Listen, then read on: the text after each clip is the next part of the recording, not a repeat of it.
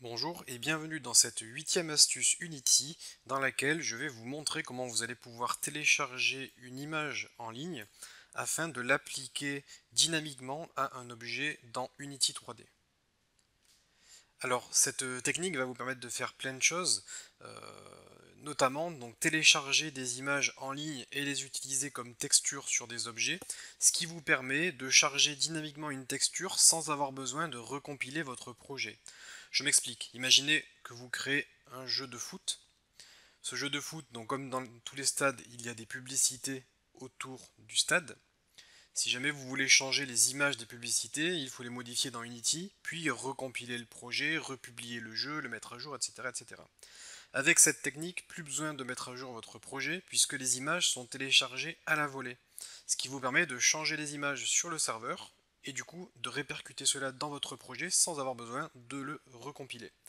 Pour illustrer mon exemple, j'ai pris une scène vide avec juste un plane, et je vais utiliser une image de l'un de mes livres. Donc cette image est sur mon site. Si je fais clic droit, ouvrir l'image dans un nouvel onglet, ça m'ouvre ceci. Et là j'ai le lien, donc l'URL de mon image. C'est ce lien qui va m'intéresser. Et c'est ce fichier image que je vais vouloir récupérer. Donc je retourne dans Unity et je crée un script que l'on appelle par exemple getTexture. Et ce script, nous allons l'éditer. Alors, la première chose à faire lorsqu'on souhaite travailler avec, par exemple, un serveur, c'est utiliser Unity Engine Networking qui va nous permettre d'accéder à des fonctionnalités, notamment de réseau, et donc la fonction get qui va permettre de télécharger une ressource via une URL. Ensuite, nous allons créer une fonction getImg qui va nous permettre de télécharger une image. C'est une fonction en iEnumerator de façon à pouvoir, disons, mettre en pause le programme. Avec un iEnumerator, nous allons pouvoir patienter le temps que l'image se charge. Si on ne fait pas ça, on ne pourra pas patienter pendant que l'image se charge parce que le chargement n'est pas instantané. Il faut télécharger l'image.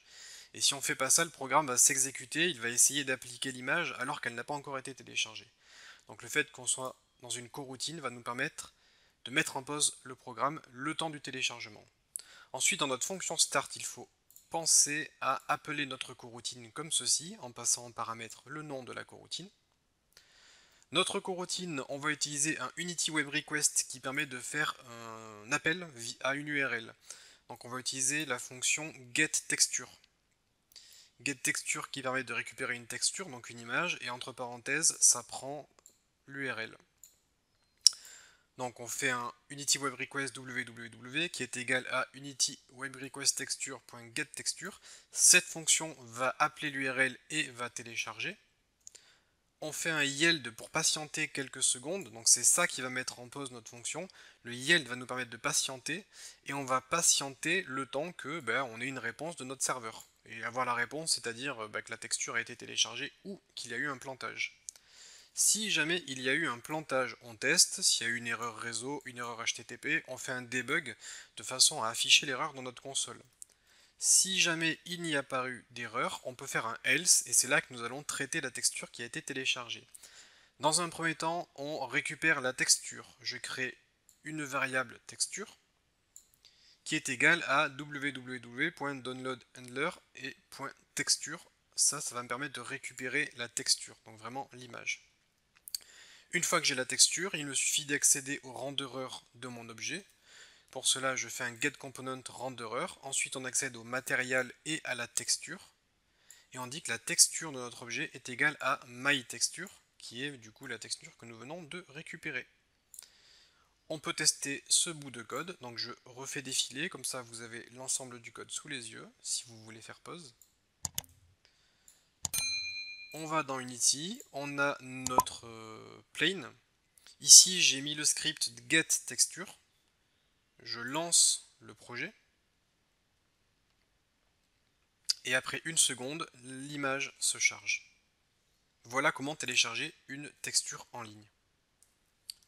Comme je vous l'ai dit, l'avantage de cette technique, c'est que vraiment on peut mettre à jour les choses affichées sans mettre à jour le jeu.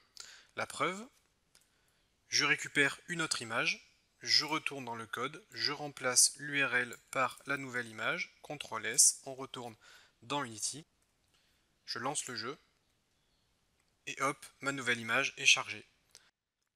Alors là, bien sûr, j'ai modifié le code, mais dans les faits, vous ne touchez pas au code, vous modifiez simplement l'image qui se trouve à l'URL utilisée. Vous avez donc vu comment télécharger une texture en ligne et l'appliquer dynamiquement à un objet.